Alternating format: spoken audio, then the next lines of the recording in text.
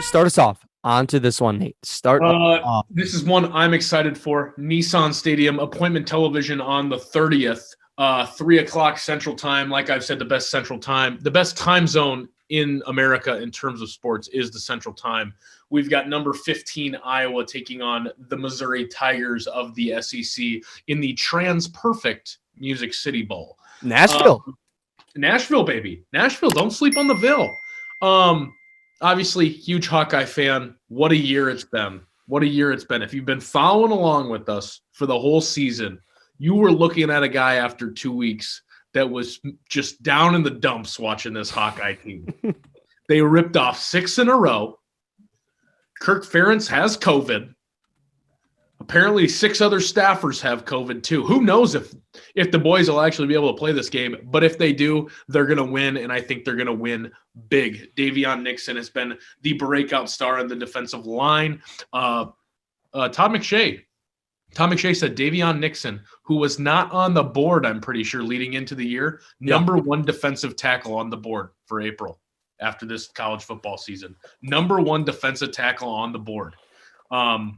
They're going to do it defensively. They always do it defensively.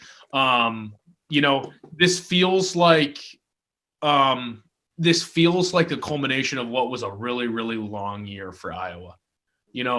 All this stuff happened in the offseason. They start off 0-2. Mm-hmm. One of their best offensive weapons, Amir Smith-Marset, gets an OWI, sits out a game. It feels like it was going off the rails. They've won 6 in a row, and I think a big bowl win just kind of makes you feel like, okay, like for as crazy up and down as this year's been, I feel good about the Iowa Hawkeyes. Yeah, I'm taking Iowa 100%. For all the things you just mentioned, it was a crazy year for them. But I do want to talk about Missouri's offense, even though Iowa does have a really good defense. That's fair enough.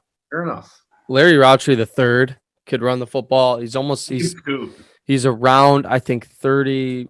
He's around 28 yards away from hitting 1,000 on the year. He's got 14 touchdowns, 209 attempts. They hammer the football, and they got a good quarterback over there in Missouri. But it's just they got that win over LSU, and wasn't Missouri ranked for a second?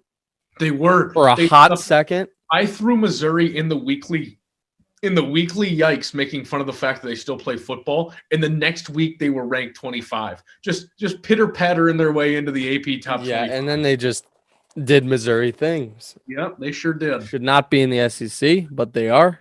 But if they're in the Big 12, they're obviously going to get made fun of as well. So yeah, I don't know. I'm excited for this one. I just hope they play. That's another thing. Yeah, I hope they play. I always get excited. I feel like Iowa always wins cool bowl games. Like they've upset Florida in the Outback Bowl before, upset LSU in the Capital One Bowl. They normally perform pretty well in bowl games under Kirk Ferentz, and so I'm excited to see what they do. I wouldn't mind. This is selfish, Mike. Mm-hmm. If there's a couple seniors on either side of the ball that want to prepare for the draft, I'm not like a lot of fans. A lot of fans are like, "Oh, come on, play with your boys one more time in the bowl game and things like that." Mm-hmm. If you don't want to play in the game, I don't hate it because it gives me a chance to see the guys that are coming next. Yes. You don't get to see them a lot in game action until they're forced to be in the starting lineup, and they're there whether you like it or not. Yeah, that's a great take. Cool. That's a great take. Yeah. So especially if you're a fan. Yeah, don't be selfish as a fan. Yeah, if you're a fan of the team, and if you're playing in the Music City Bowl, it's a great to win, but that'd be a great preparation for next year. I think a lot of teams do that, though. Yeah, no, I think a lot of teams do that as well, and they're being forced to more and more because guys are opting out. Top NFL draft prospects are opting out more and more. So you're forced to see more guys that are kind of the future of the program. But that's the silver lining I've decided to find with it.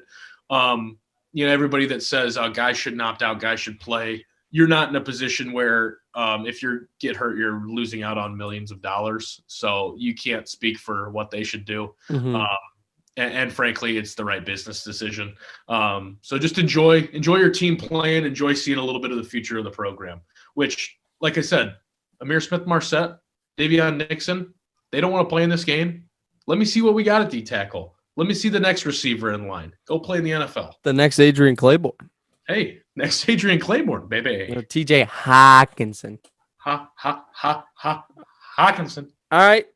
That's number 4 on the slate presented to you by FanNoise. FanNoise out.